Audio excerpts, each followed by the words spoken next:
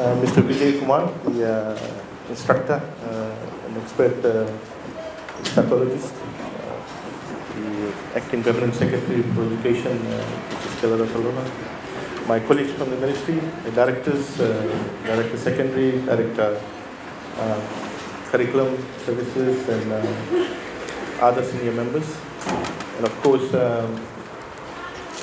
our staff from the school system, principals, teachers, counselors. It's a pleasure to be here today, and I want to thank in particular Mr Vijay Kumar, who has decided to sacrifice his own personal holidays, pay his own way down to come and contribute to our effort in terms of dealing with an issue that has been grappling us for some time. An issue that all countries are grappling with. Issue of student discipline, issues of students moving away from the core business, the core issue that they are in the school system. And this issue has been rising over the last 2 decades because of the number of changes that has taken place at the global level. Hence, a need to relook at the model that we have adopted with respect to how we deal with children, how we teach children, what are the parameters in terms of handling children while they're in our custody. Ladies and gentlemen, as you're aware, that the school premises belongs to us, whether it's a community-run school or whether it's a faith-based group. The school is only a school because it is provided for through a legislation called the Education Act. No matter what the management says, the school premises belongs to us during the school hours. And the operations are undertaken by the ministry through the school head that has been appointed by the ministry. And because of that authority given to the ministry, the parents leave their children at the school gate for a substantial and important part of the time of the child's life, the active time. That is the most active time of a child's day. From the morning 8 to 3:30 or so, the parents leave the child without asking a single question about the safety of the child, the status of the child. They won't ask a single question about it because they take it for granted that the child will be safe, the child will turn up at home after school, and the child has acquired new knowledge, new body of knowledge. And that tenure in the school system will guarantee a brighter future for the child. Will guarantee a brighter future for the child. Unfortunately, while some of us are stuck with the old model of child development and child molding, over the last 2 decades, substantial changes have taken place that warrants us to recheck and relook at this model of development and growth that we have adopted. Changes particularly with respect to changes to the IT revolution. Some 3 decades ago, when we were sending our children to school, we were taking for granted that the child will be dealt with or child will be spoken to by the school teachers and school administrators, the school classmates, and that's it. No longer that holds. In the contemporary Fijian contemporary world, someone is constantly talking to your child. Maybe Facebook, internet, social media platforms, text messages, and you're not aware of it. You'll be surprised at times to know that your child may be holding a gadget that connects the child to the entire world. And at times, we have decided not to talk to our child about certain issues that 4 decades ago was seen as a taboo. But unfortunately, the reality is now someone else is talking to the child about those issues that we see as a taboo. Some time back, we were reluctant to open up and talk to our children about sex education.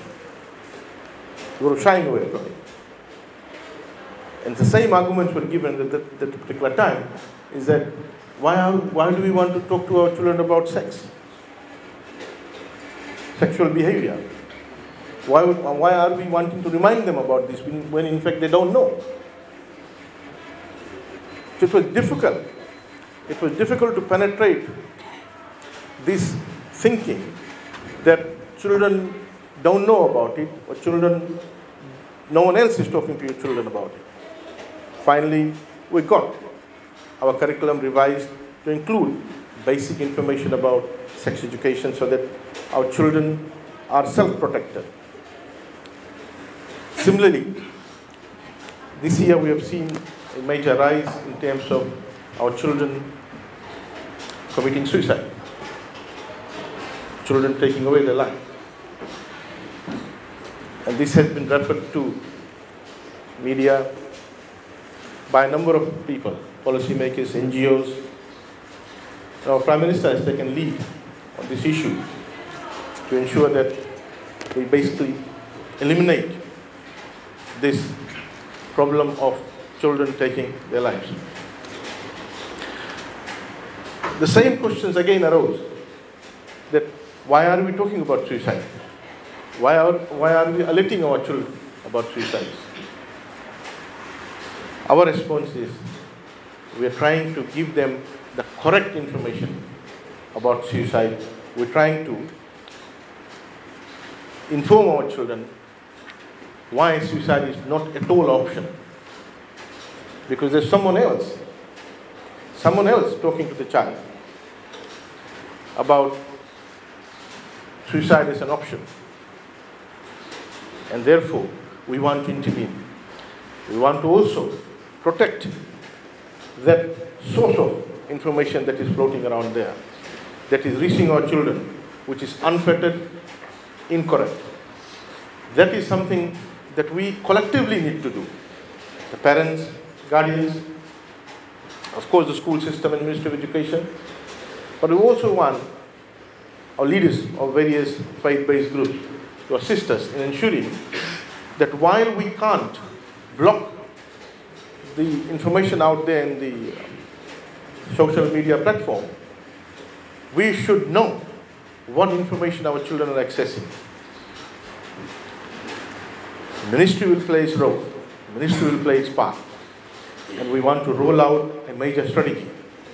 And today I wanted to talk to Mr. Kumar about giving us a list of strategies how we could detect the signs, early signs that a student is in depression or is in problem. And what we want to do is use this and train the people on the ground who interact with the children. And these are not teachers. I'm talking about the prefects. I'm talking about class leaders. And we want to train them at the beginning of the year with this list, that these are the things that we need to do, and pick it up and immediately raise it with the school head or the VP or AP or assistant head teacher. And if you analyze some of the cases of suicide by our children, you'll know that there were early signs. And only these signs, people talk about this after the child has taken away the life. For example, a case of suicide where the classmates are saying that the child used to come and show us marks of corporal punishment. Why wasn't it raised with the teacher or the head teacher?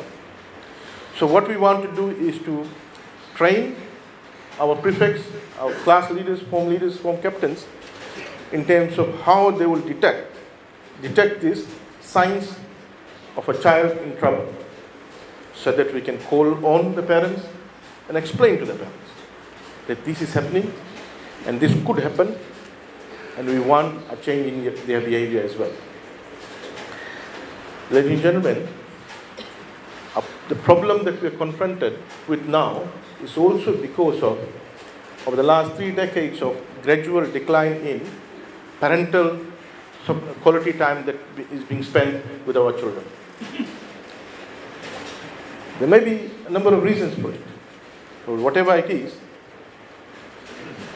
we are consciously noting that over the last 2 to 3 decades, parents are spending less and less quality time. Hence, it's affecting the child. I recall when I was studying at my PhD in America, one of my classmates was from Sri Lanka, and the wife was also with him, and the wife was doing babysitting. So on Fridays and Saturdays, we used to go and socialize a bit. That was the 2 evenings that we set aside for some social time. So he used to ask me to come to his place. He didn't want to come to my place. He said because the wife is babysitting, and Friday and Saturday is the most busy time for them in the evening, and very lucrative, and so he doesn't want to leave, he wants to support. So we used to go there. And at the backyard, they have an area where they do babysitting. And then he will say, today, this 2 child's birthday. Next Friday, this child's birthday. Next week, someone else's birthday, etc. And we will all be there, and they'll be celebrating. The children are celebrating their birthday with the babysitter and the babysitter's family. The parents will come, bring the cake and leave it there, and they'll be going out for the night, for the evening. As soon as the parents come, the children will run to them and they'll say, and then they'll hug the children and say, then tell the babysitter, look, we'll pay you extra, please look after them, we're going out tonight. And that is why children will be constantly looking for or searching for alternative love. Constantly searching for alternative love. And here my friend was saying that we are the parent of the children. For them it's a business, but they say that, look, we celebrate their birthday, they spend more time here with us, and this is the reality that they have seen and I've also experienced there.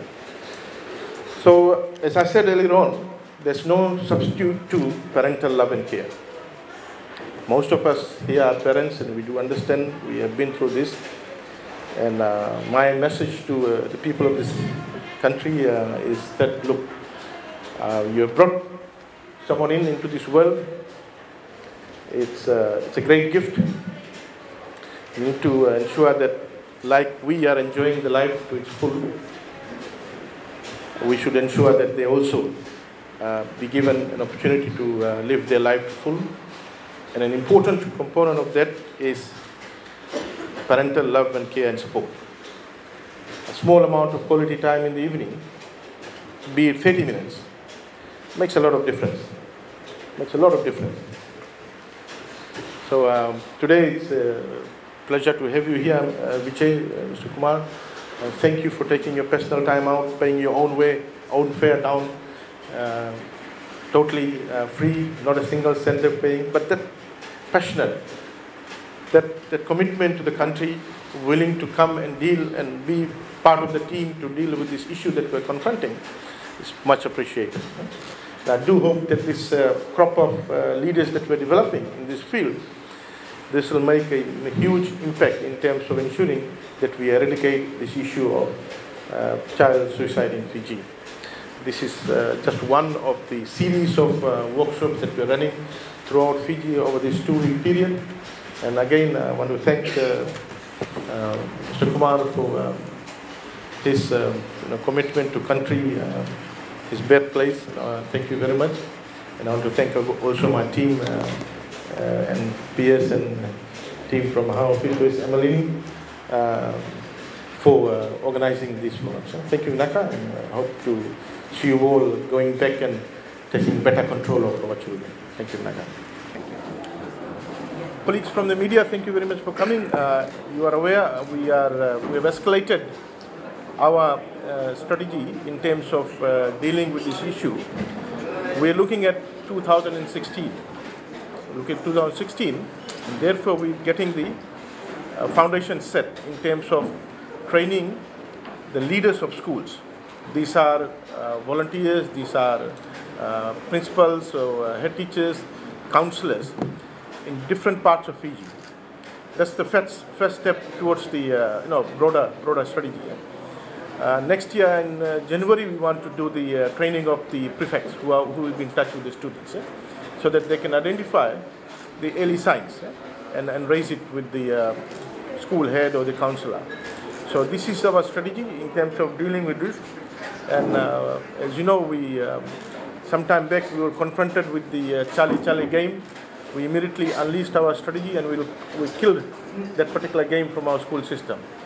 Same thing we want to do here, but this is more complex than the Charlie game because this includes stakeholders who are not within our control. Within our control is the school system, the school teachers, the school environment. But what is not in our control is the parents, and they play a very important role. So that is the only aspect that we don't have much control on, but we can appeal to them, and that's what we have done today. Is that our appeal to the parents is that they must spend quality time with the children, allow the children to share their problems, their issues, and that makes a lot of difference. So thank you very much.